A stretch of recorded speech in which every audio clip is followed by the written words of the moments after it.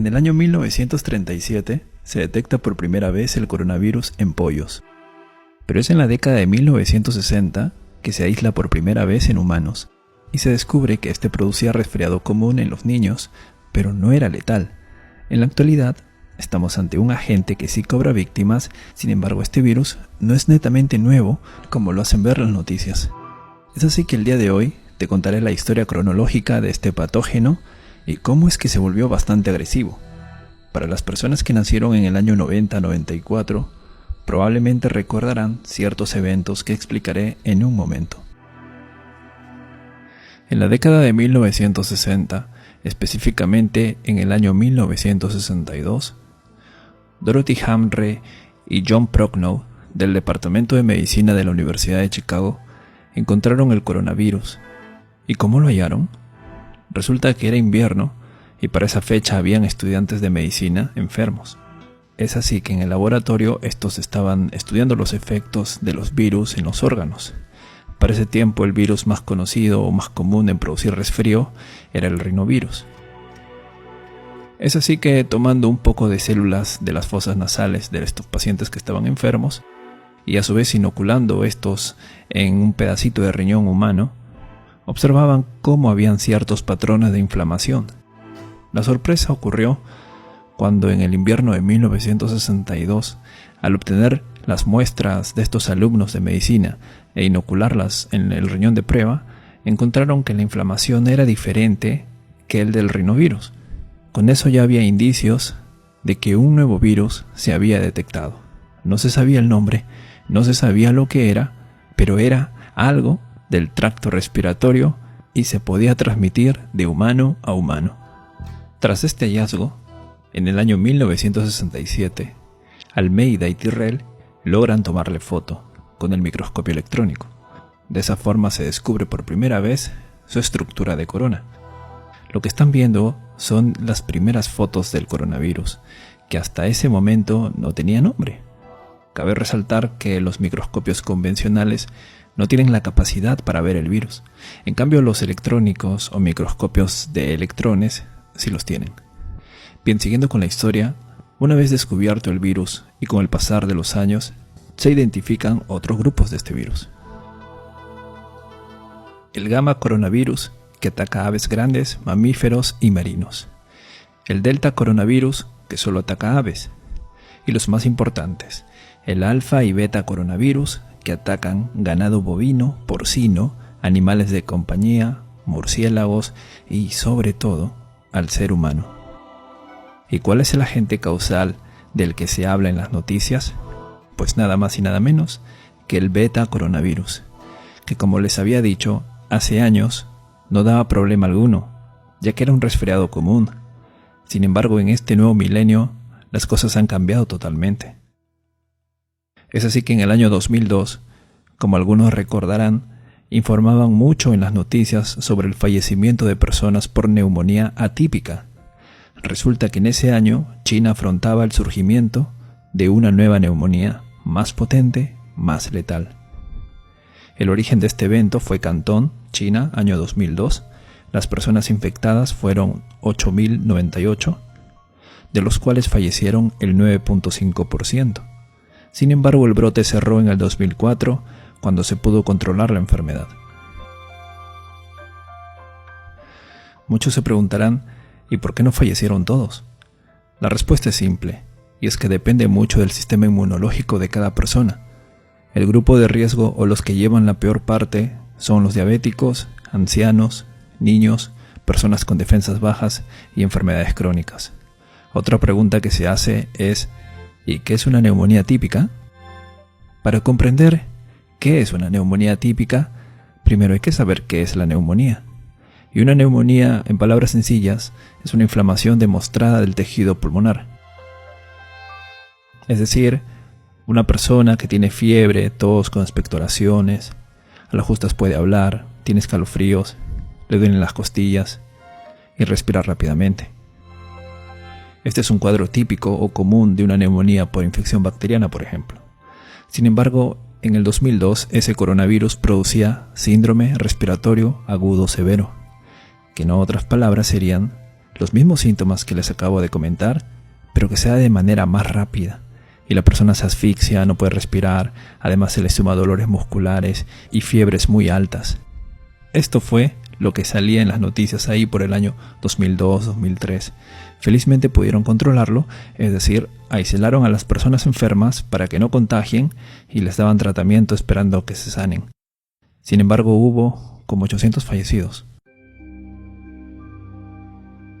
Bien, el siguiente evento ocurre en el 2012 y hasta el día de hoy sigue activo.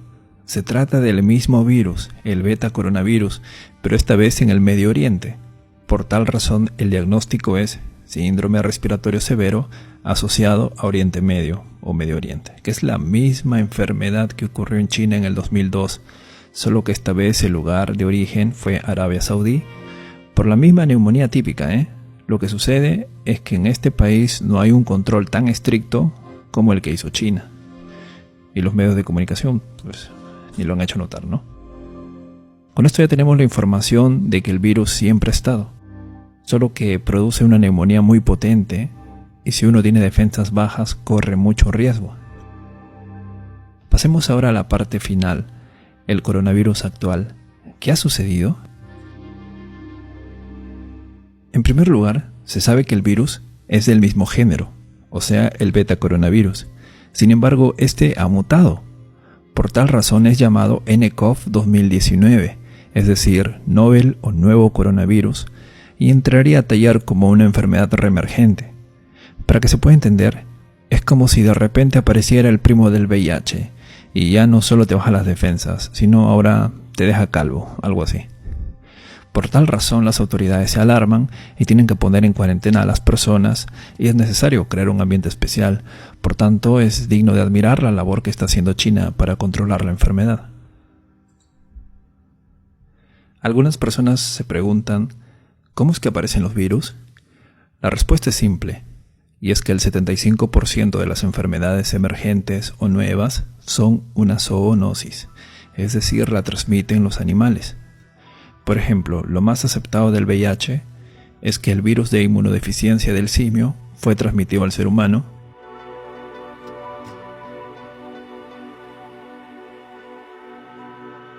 pudo acoplarse en este y a su vez mutó para ser transmitida solamente a otros humanos. Los virus no tienen vida, son estructuras proteicas que contienen ADN o ARN con la capacidad de alterar otras estructuras celulares.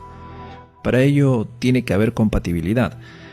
Aún así, los virus pueden cambiar su composición constantemente debido al hospedador en el que se encuentran.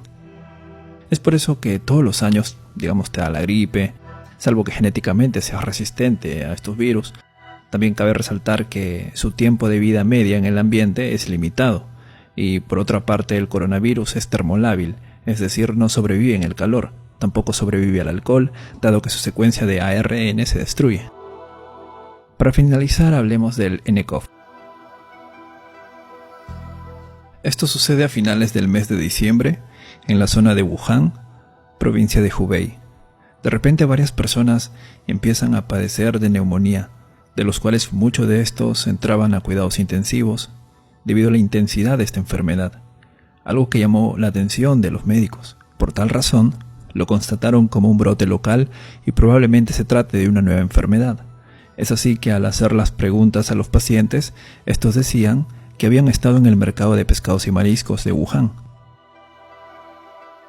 Por lo cual, el 1 de enero se cerró ese mercado, y las autoridades chinas informan a la OMS sobre una serie de casos de neumonía de origen desconocido.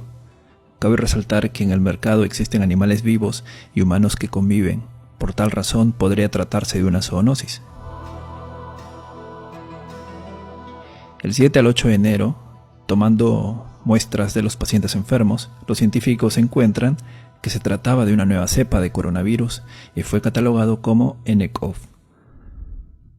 El 11 de enero sucede la primera muerte producto de este patógeno. El 12 de enero, China informa la secuencia genética de este virus. De esa manera ya se pueden hacer los primers o cebadores que permiten identificar el virus mediante exámenes de laboratorio.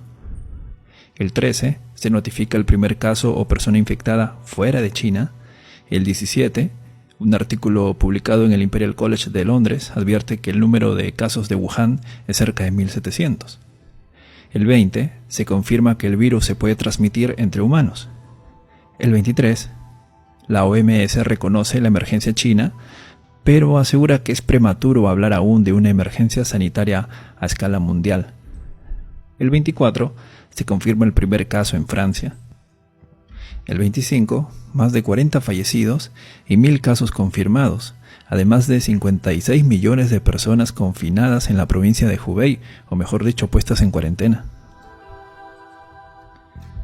El 28, varios países organizan la repatriación de sus ciudadanos a China. Asimismo, el país solicita que los traigan de vuelta, dado que son 5 millones de personas que salieron de Wuhan antes de que la ciudad se haya declarado en cuarentena, y por tal razón hay preocupación de que pueden ser posibles portadores del coronavirus. Lo que sucede es que algunas de estas personas viajaron por vacaciones de Año Nuevo lunar y otros huyendo de la epidemia. De hecho, gran parte del segundo grupo abandonó la capital de la provincia de Hubei y se dirigió a ciudades vecinas. Aunque el Estado moviliza grandes lotes de materiales y suministros médicos hacia Hubei, las autoridades locales advirtieron que había un gran déficit de estos productos por la cantidad de enfermos que surgen a diario. Ahí salen las noticias, esto del hospital construido en 10 días, por ejemplo. El 29 de enero se confirma que la epidemia, o pandemia ya en este caso, supera la cantidad de casos registrados durante la epidemia del 2003, que fueron cerca de 8.000 personas.